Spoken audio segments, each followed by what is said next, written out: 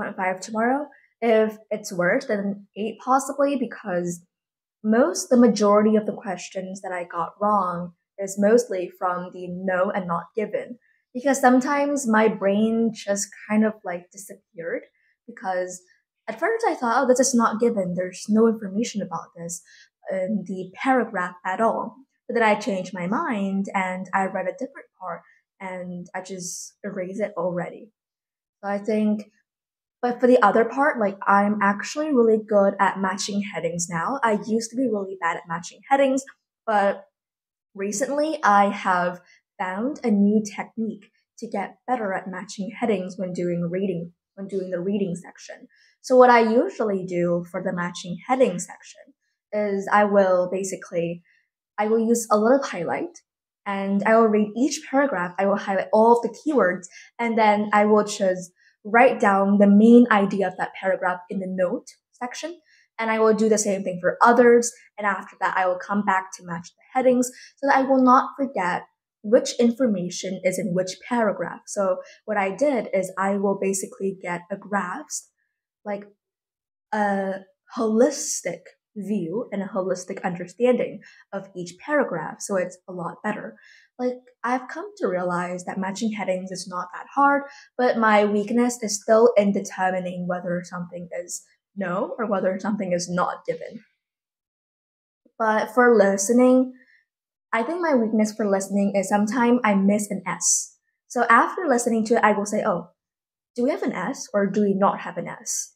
Yeah, so That's the like problem. about the S, maybe we can according to all the information in a given form, and we can define that. And but I think like we should think carefully to hear the ending sound of that to define it, So that yeah, I it should think happen or not.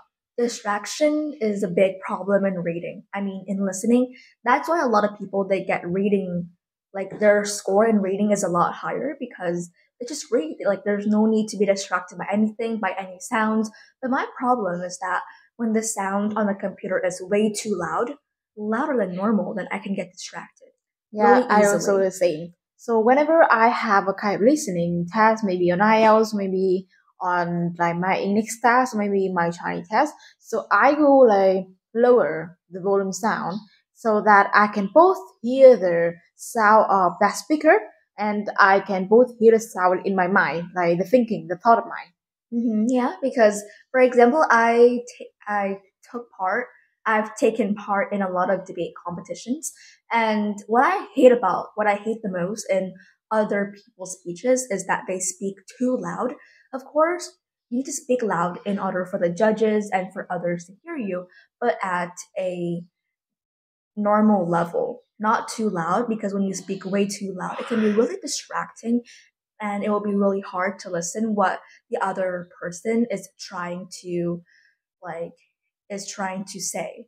For writing, I think I'm better at writing task 2, a lot better than task 1, simply because I'm not really good at seeing the highlights and the overall trend of the task 1.